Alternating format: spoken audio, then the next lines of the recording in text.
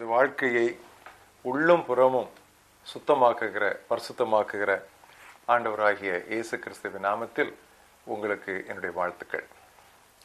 இந்த நாள தியானத்தினுடைய தலைப்பு உள்ளே வெளியே, உள்ளும் புறம்பும், இன் அண்ட் அவுட். வாசிக்க வேண்டிய பகுதி மத்தேயு 23ஆம் அத்தியாயம் 23ஆம் வசனம் முதல் 33ஆம் வசனம் வரை. மாயக்காரராகிய வேத பாரகரே, பரிசேயரே, உங்களுக்கு ஐயோ! நீங்கள் ஒர்த்தலாமிலும் வெந்தயத்திலும் சீரகத்திலும் தசமபாகம் செலுத்தி நியாயப்பிரமாணத்தில் கற்பித்திருக்கிற முக்கியமானவைகளாகிய நீதியையும் இரக்கத்தையும் விசுவாசத்தையும் விட்டுவிட்டீர்கள். இவைகளையும் செய்ய வேண்டும், அவைகளையும் விடாதிருக்க வேண்டும். குருடரான வழிகாட்டிகளே, கொசு இல்லாதபடி வடிகட்டி ஒட்டகத்தை விழுங்குகிறவர்களாய் இருக்கிறீர்கள். மாயக்காரராகிய வேத பாரகரே, பரிசேயரே, உங்களுக்கு ஐயோ! ஆகார பான பாத்திரங்களின் வெளிப்புறத்தை சுத்தமாக்குகிறீர்கள், உட்புறத்திலோ அவைகள் கொள்ளையினாலும் அநீதத்தினாலும் நிறைந்திருக்கின்றன. குருடனான பரிசேயனே, சாப்பாட்டு பாத்திரங்களின் வெளிப்புறம் சுத்தமாகும்படி அவைகளின் உட்புறத்தை முதலாவது சுத்தமாக்கு. மாயக்காரராகி வேத பாரகரே, பரிசேயரே, உங்களுக்கு ஐயோ! வெள்ளை அடிக்கப்பட்ட கல்லறைகளுக்கு ஒப்பாயிருக்கிறீர்கள். அவைகள் புறம்பே அலங்காரமாய் காணப்படும், உள்ளேயோ செத்தவர்களின் எலும்புகளினாலும் எல்லா அசுத்தத்தினாலும் நிறைந்திருக்கும். அப்படியே நீங்களும் மனிதருக்கு நீதிமான்கள் என்று புறம்பே காணப்படுகிறீர்கள், உள்ளத்திலோ மாயத்தினாலும் அக்கிரமத்தினாலும் நிறைந்திருக்கிறீர்கள். மாயக்காரராகி வேத பாரகரே, பரிசேயரே, உங்களுக்கு ஐயோ! நீங்கள் தீர்க்கதரிசிகளின் கல்லறைகளை கட்டி நீதிமான்களின் சமாதிகளை சிங்காரித்து எங்கள் பிதாக்களின் நாட்களில் இருந்திருந்தோமானால் அவர்களோடே நாங்கள் தீர்க்கதரிசியின் இரத்தப்பழிக்கு உடன்பட்டிருக்க மாட்டோம் என்கிறீர்கள். ஆகையால் தீர்க்கதரிசிகளை கொலை செய்தவர்களுக்கு பிள்ளைகளாயிருக்கிறீர்கள் என்று உங்களை குறித்து நீங்களே சாட்சியாயிருக்கிறீர்கள். நீங்களும் உங்கள் பிதாக்களின் அக்கிரமத்தின் அளவை நிரப்புங்கள். சர்ப்பங்களே, விரியன் பாம்பு குட்டிகளே, நரகாக்கினைக்கு எப்படி தப்பித்துக் கொள்வீர்கள்? இன்றைய மனன வசனம் வாசித்த இந்த பகுதியிலே உள்ள 26வது வசனம். வெளிப்புறம் சுத்தமாகும்படி உட்புறத்தை முதலாவது சுத்தமாக்கு. First clean the inside and then the outside also will be clean. இன்று மாய்மாலத்தை குறித்து, ஹிப்பாக்ரசி, ஒரு சில காரியங்களை நாம் தியானிப்போம். மாய்மாலம் என்றால் அதற்கு அடிப்படையான பொருள் முரண்பாடு என்பதாகும். அது சிந்தனைக்கும் சொல்லுக்கும் உள்ள முரண்பாடு. உள்ளொன்று வைத்து புறமொன்று பேசுதல். அது சொல்லுக்கும் செயலுக்கும் உள்ள முரண்பாடு. சொல்வது ஒன்று, செய்வது வேறு. வீட்டில் ஒன்று, வெளியில் ஒன்று. வெளியில் தங்களை நல்லவர்களாக காண்பித்துக் கொள்வோம், ஆனால் வீட்டுக்குள்ளேயோ நடத்தை கேட்க முடியாது. ஞாயிற்றுக்கிழமைகளில் தேவதூதரை போல் காட்சி அளிப்போம், மற்ற நாட்களில் பிசாசு தோற்று போகும். இந்த மாய்மாலம் எதனால் உண்டாகிறது? மாய்மாலமாய் நடப்பது சரிதான், எல்லாரும் மாய்மாலமாத்தானே இருக்கிறார்கள் என்று நினைப்பதுதான் மாய்மாலத்திற்கு முதலாவது காரணம். அப்படி நடந்து கொண்டு நாம் பிறர் மீது குற்றம் கண்டுபிடித்துக் கொண்டே இருப்போம். இதைத்தான் இயேசு கிறிஸ்து மத்திய 7ஆம் அத்தியாயத்திலே 4ஆம் 5ஆம் வசனங்களிலே சுயநீதிக்காரர், சுயநீதி என்று கண்டனம் செய்தார். வெளிவேடம் போட்டுக்கொண்டு பிறருடைய பாராட்டையே நாம் குறிக்கோளாக கொள்ளுவோமானால் மாய்மாலம் நம்முடைய வாழ்க்கையிலே தண்ணீர் போல் காணப்படும். நிறைவா இருக்கும், அதற்கு முயற்சியே எடுக்க வேண்டியதில்லை. அது நடிப்பு என்று சொல்லலாம்.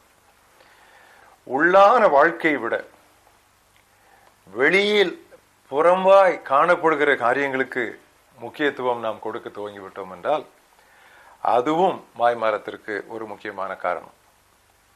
ஒட்டகத்தை விழுங்கி விடுவோம், கொசு, ஈ அதெல்லாம் போகாதபடி அதை வடிகட்டி கொண்டிருப்போம். ஆனால் ஒட்டகம் போறது தெரியாது. பொருளாசையும் இதற்கு ஒரு முக்கியமான காரணம். எப்படியாவது பணத்தை சேகரித்து விட வேண்டும் என்று சொல்லி ஆனால் மக்களுக்கு முன்னால் அந்த ஆசையே நமக்கு இல்லை என்பது போல் நடிப்பது, அது ஒரு பெரிய மாய்மால். சிறிய காரியங்களை வற்புறுத்தி பெரிய காரியங்களை அப்படியே விழுங்கி விடுவது. உபச்சாரக்காரரே உங்களுக்கு ஐயோ, திருடரே உங்களுக்கு ஐயோ, கொலைகாரரே உங்களுக்கு ஐயோ என்றெல்லாம் இயேசு சொல்லவில்லை. ஆனால் நான் வாசித்த அந்த ஒரு அத்தியாயத்தில், இந்த 23ஆம் அத்தியாயத்தில், மாய்மாலக்காரரே உங்களுக்கு ஐயோ, ஓ அண்ட் யுவர் ஹிப்பாக்ரிட், திரும்ப திரும்ப அவர் இந்த மாய்மாலத்தை தான் அவரை கண்டனம் பண்ணுகிறார். அப்படியானால் மாய்மாலம் எவ்வளவு கொடியது என்று நாம் உணர வேண்டும். முதலாவது அது நமக்கு தெரியும், பட் நாம் அதை நம்முடைய இருதயத்திலே உணர வேண்டும். அதை ஒரு பாவமாக நாம் அதை கருதி, அதை ஒரு பாவம் என்று நாம் தெரிந்து உணர்ந்து அதை நம்முடைய வாழ்க்கையிலிருந்து அடியோடு அகற்றிவிட எப்பொழுதும் கவனமாய் நாம் முயற்சி எடுத்துக்கொண்டே இருக்க வேண்டும். எப்பொழுது நாம் மாய்மாலம் ஆகிவிடுவோம் என்று நமக்கே தெரியாது. அது அவ்வளவு வஞ்சகமான மாய்வாலம். பொதுவாக ஆன்மீக பகுதிகளில் தான் அதிகமாய் காணப்படுகிறது. ஆவிக்குரிய வட்டாரங்களில், கிறிஸ்தவ ஆன்மீக வட்டாரங்களில் காணப்படும் மாய்மாலத்திற்கு அளவே கிடையாது. அதைத்தான் ஏசாயா சொன்னான். இயேசு அதை திரும்ப தன்னுடைய சுவிசேஷத்திலே சொன்னார். இந்த மக்கள் வாயினால் என்னிடத்தில் சேருகிறார்கள், அதாவது என்னை துதித்து பாடி புகழ்கிறார்கள், அவர்கள் இருதயமோ என்னை விட்டு தூரமாக இருக்கிறது, என்னோடு இல்லை. கடவுளின் வார்த்தைகளை கேட்பதில் அவர்களுக்கு பெரிய ஆர்வம் இருக்கும், ஆனால் அதன்படி செய்வதிலே தீவிரம் காட்டவே மாட்டார். கேட்பதில் ஆர்வம், செய்வதில் அப்படியே படுத்து விடுவார்கள். அதில் ஒரு உற்சாகமே இருக்காது. இன்னும் சிலர் ஊருக்கு தான் உபதேசம். அதை பவுல் அப்போஸ்தலன் சாட்டையடியாக பேசுகிறான். ரோமர் 2ஆம் அத்தியாயம் 21 முதல் 23, மற்றவனுக்கு போதிக்கிற நீ உனக்குத்தானே போதியாமல் இருக்கலாமா? களவு செய்யக்கூடாது என்று பிரசங்கிக்கிற நீ களவு செய்யலாமா? உபச்சாரம் செய்யக்கூடாது என்று சொல்லுகிற நீ உபச்சாரம் செய்யலாமா? விக்கிரகங்களை அருவருக்கிற நீ கோயில்களை கொள்ளையிடலாமா? நியாயப்பிரமாணத்தை குறித்து மேன்மை பாராட்டுகிற நீ நியாயப்பிரமாணத்தை மீறி நடந்து தேவனை கனவீனம் பண்ணலாமா? எழுதியிருக்கிறபடி கடவுளுடைய நாமம் புறவினத்தார் நடுவில் உங்கள் மூலமாய் பழிக்கப்படுகிறதே. அதைத்தான் சங்கீதக்காரன் 50ஆம் அத்தியாயம் 16ஆம் வசனத்திலே சொல்லுகிறான். தேவன் துன்மார்க்கனை நோக்கி, நீ என்னுடைய நியாயங்களை எடுத்து உரைப்பதற்கும் என்னுடைய வேதத்தை எடுத்து போதிப்பதற்கும் உனக்கு என்ன நியாயம் உண்டு, என்ன உரிமை உண்டு? அக்கிரமக்காரருடைய இருக்கிறார், வேசிக்கலருடைய இருக்கிறார், திருடரோட இருக்கிறார், எல்லாரோட ஒருமித்து போய்கொண்டு நீ என்னுடைய வசனத்தை நீ எடுக்கிறார். ஆண்டவர் சவால் விட்டு கேட்கிறார். ஆன்மீக பயிற்சிகளான தர்மம் செய்தல், ஜெபிக்கும் போது கவர்ச்சிகரமான வார்த்தைகளை பயன்படுத்துதல், ஊரறிய உபவாசம் இருத்தல், இவைகளெல்லாம் மாய்மாலத்தின் சில வெளிப்பாடுகள். அயலாரிடம் மிகவும் நன்றாக தேனொழுக பேசும் இந்த வெளிவேடக்காரர் உள்ளத்திலோ அவர்களுக்கு கண்ணி வைப்பார்கள். வேதம் சொல்லுகிறது, யோபு 8ஆம் அத்தியாயம் 13 முதல் 15 வசனங்களிலே, மாய்மாலக்காரரின் நம்பிக்கையும் மகிழ்ச்சியும் அதிக நாள் நிலைக்காது, நீடிக்காது. அது சீக்கிரம் அழிந்து போகும், அது ஒன்றுமில்லாமல் போகும், இழப்பும் பெரிதாயிருக்கும். இவர்களுக்கு கடவுள் ஐயோ ஐயோ என்று சொல்லுவதிலிருந்து அவர் அதை எவ்வளவாக கண்டித்து அதற்கு நாம் விலகி இருக்க வேண்டும் என்று சொல்லுகிறார் என்பது நமக்கு தெளிவாகும். இவருடைய முடிவு நரகம்தான். அப்போஸ்தலர் நடவடிக்கைகளிலே ஒரு தம்பதியரை பார்க்கிறோம், அனனியா சப்பிராள். தங்களுடைய பணம் தான், யாரும் எல்லாவற்றையும் விற்று எங்களிடத்துல தான் கொண்டு வைக்க வேண்டும் என்று சொல்லி கட்டளை பிறப்பிக்கவில்லை. ஆனால் இவர்கள் எல்லாவற்றையும் விற்று எல்லா பணத்தையும் அப்போஸ்தலருடைய பாதத்திலே வைத்து விட்டதாக நடித்தார். மாய்மால். ஆதி திருச்சபையிலே முதலாவது கண்டிக்கப்பட்ட, தண்டிக்கப்பட்ட, தீர்ப்பளிக்கப்பட்ட பாவம் மாய்மாலம். எதற்காக? பண காரியத்திலே ஒரு மாய்மாலம். ஆன்மீக வளர்ச்சியையும் இந்த மாய்மாலம் வெகுவாய் தடுக்கும். ஒருவனுடைய வாழ்க்கையிலே மாய்மாலம் இருக்கும் என்றால், நெடுக்கவே அவன் அதை கவனியாது விடுவான் என்றால், அது அவனுடைய ஆவிக்குரிய வாழ்க்கையிலே அவனை குள்ளனாக்கிவிடும். எனவே தான் பேதுரு எழுதும் பொழுது, கர்த்தர் நல்லவர் என்பதை நீங்கள் ருசித்து பார்த்தால் சகல துர்க்குணத்தையும், அந்த துர்க்குணத்தை பற்றி எழுதும் பொழுது, மாய்மாலத்தை ஒழித்து விட்டு வளரும்படி திருவசனமாகிய களங்கமில்லாத ஞானப்பானின் மேல் வாஞ்சியாயிருங்கள் என்று சொல்கிறார். மாய்மாலம் இவ்வளவு கொடியதானதால் பிரியமானவர்களே, கடவுளுடைய பிள்ளைகளாகிய நம்மில் யாரும் இதற்கு இடம் தரக்கூடாது. நம்முடைய சிந்தனை, நம்முடைய செயல், நாம் இருப்பிடம் அத்தனையும் கர்த்தர் முழுக்க முழுக்க அறிந்திருக்கிறார். இந்த அறிவு திருப்பாடகனுக்கு இருந்தது. என்னுடைய எழுந்திருத்தல், என்னுடைய உட்கார்ந்திருத்தல், நான் படுத்திருத்தல், நான் நடத்தல், எல்லாவற்றையும் ஆண்டவரே நீர் அறிந்திருக்கிறேன். நான் எப்படி உமக்கு முன்பாக நடிக்க முடியும்?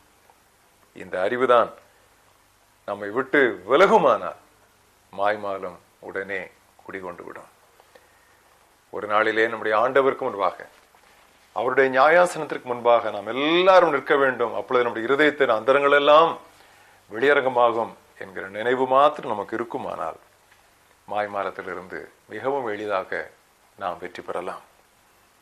திருக்குறள் ஒன்று உண்டு, என்னுடைய நினைவுக்கு வருகிறது. எல்லா விளக்கும் விளக்கல்ல, சான்றோருக்கு பொய்யா விளக்கே விளக்கு. அதை விதமாக ஆங்கில மொழியிலே மொழியாக்கம் செய்திருக்கிறார்கள். All light is no light. For noble men, the light of truth is the true light. வெளிப்புறம் சுத்தமாகும்படி உட்புறத்தை முதலாவது சுத்தமாக்கு.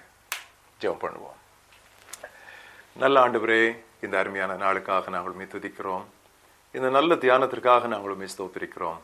எங்கள் எல்லாருடைய வாழ்க்கையிலும் எங்கோ ஒரு ஓரத்தில் ஓரளவிலாவது மாய்மாலம் ஒட்டிக்கொண்டு இருப்பதை இன்று எங்களுக்கு நீர் உணர்த்தினதற்காக நாங்கள் உம்மை துதிக்கிறோம். அதை கண்டும் காணாமலும் நாங்கள் விட்டுவிடாதபடி இந்த மாய்மாலத்தை மற்ற எல்லா பாவங்களைப் போல, ஒருவேளை மற்ற எல்லா பாவங்களை விட அதிகமாக நாங்கள் கண்டிப்போடு எங்களுடைய வாழ்க்கையிலே கவனித்து அதை முழுவதுமாக களைந்து விட கர்த்தர் எங்களுக்கு உதவி செய்ய வேண்டும் என்று ஜெபிக்கிறோம். எங்கள் வாழ்க்கையிலே எங்களுடைய சிந்தையும் எங்களுடைய சொல்லும் எங்களுடைய செயலும், எங்களுடைய வாழ்க்கையின் உள்ளும் புறமும் ஒன்று போல் இருக்க, இரட்டை வாழ்க்கை வாழாதபடி, கர்த்தாவே வேடம் போட்டு நடிக்காதபடி நீர் எங்களை காத்துக்கொள்ள வேண்டும் என்று நாங்கள் ஜெபிக்கிறோம். ஆவியானவர் தொடர்ந்து எங்களுடைய வாழ்க்கையிலே இருக்கிற மாய்மாலத்தை உணர்த்தும், அதை முழுவதுமாக பிடுங்கி எறிய எங்களுக்கு உதவும். இயேசு கிறிஸ்துவின் நாமத்தில் ஜெபிக்கிறோம் எங்கள் ஜீவன் உள்ள பிதாவே, ஆமென்.